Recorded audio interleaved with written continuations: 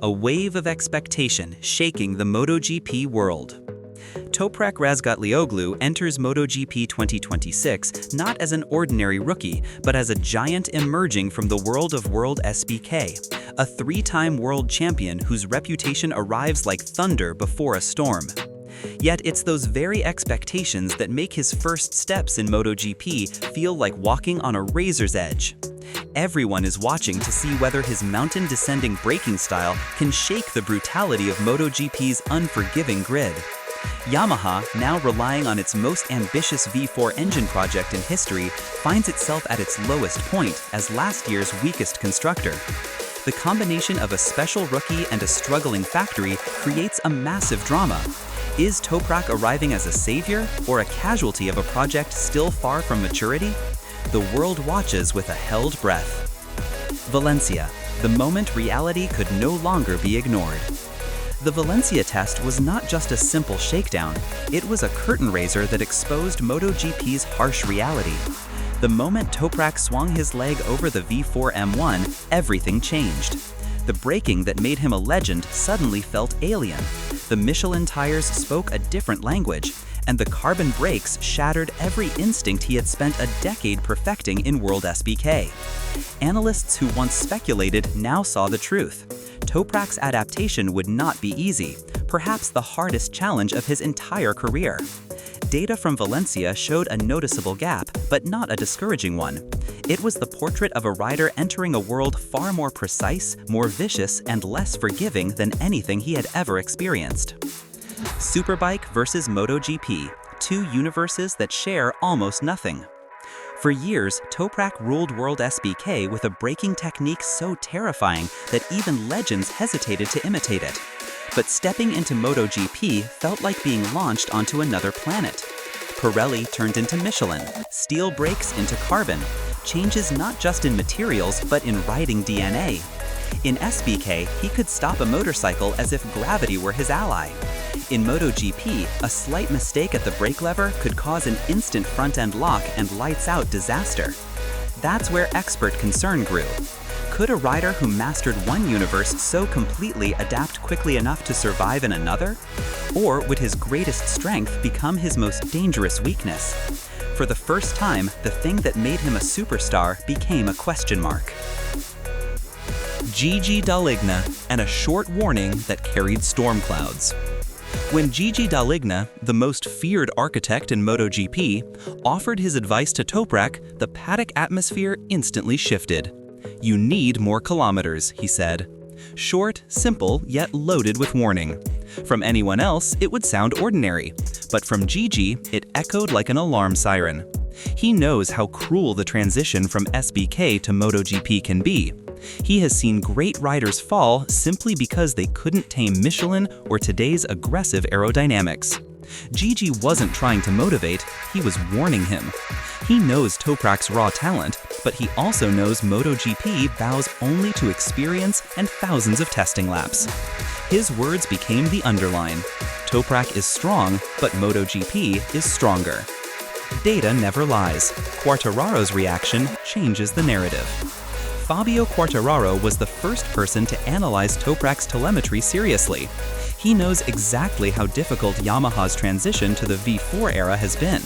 Yet after reading the numbers, acceleration patterns, load transfer behavior, braking pressure, Fabio was shocked. Beneath the raw adaptation struggles, there was something special. The lap times were not elite yet, but the technique hinted at a rider learning at lightning speed. Fabio's reaction split the paddock. Was this the start of Yamaha's long-awaited revival, or merely a false dawn before the real pressure arrives? Whatever the case, the data revealed a story far more optimistic than what fans could see from the outside. Neil Hodgson, the harsh voice throwing a dangerous accusation. Then came Neil Hodgson, the paddock's most outspoken analyst. Without hesitation, he fired the statement that shook Yamaha to its core. Toprak chose the wrong manufacturer. According to him, Yamaha is entering its most unstable period in 2 decades.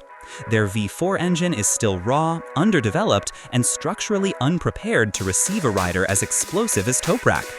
What intensified the controversy was Hodgson's argument about braking. He believes Toprak's aggressive style will directly clash with Michelin's sensitivity, a risk that could turn his superpower into a self-destructive flaw. His words spread across the MotoGP world within hours. The question echoed, is he right, or is he underestimating the adaptability of a three-time world champion? Sylvain Guintoli adds thunder to the gathering clouds. If Hodgson threw the first stone, Sylvain Guintoli turned it into an avalanche. In a detailed analysis, he questioned whether Toprak's braking technique could survive MotoGP. "I doubt it," he said bluntly. According to Guintoli, the fundamental differences between Pirelli and Michelin are so extreme that riders with such an explosive braking style must essentially rebuild their instincts from zero. He compared the transition to major surgery without anesthesia, a painful, draining process requiring extraordinary mental toughness. His statement intensified the narrative that Toprak's journey will not only be difficult, it may become the most brutal rookie transition in the modern MotoGP era. Guintoli Pernat, brutal criticism about wrong timing, wrong year. Guintoli Pernat, known for speaking with zero sugarcoating, targeted something beyond performance, timing. Yamaha, in his view, made a strategic blunder by debuting Toprak in 2026. The following year, 2027, MotoGP will undergo massive changes.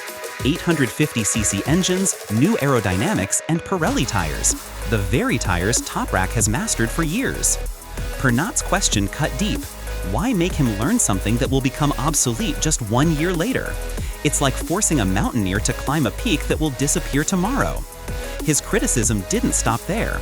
He described Fabio Quartararo as a prisoner inside Yamaha's factory project, trapped waiting for a competitive motorcycle. Pernat dragged the issue into the political arena, exposing strategic decisions that may return to haunt Yamaha. Pramac and Yamaha, two major projects holding each other's fate. Pramac made a daring leap by abandoning Ducati to ally with Yamaha, and now they sit at the bottom of the standings as they wait for a breakthrough. Yamaha, once the symbol of finesse and control, now looks like a factory searching for its own identity through its brand new V4. In this unstable environment, Toprak isn't just a rider, he's a gamble. The entire Yamaha project rests on his shoulders, even though his motorcycle is still evolving.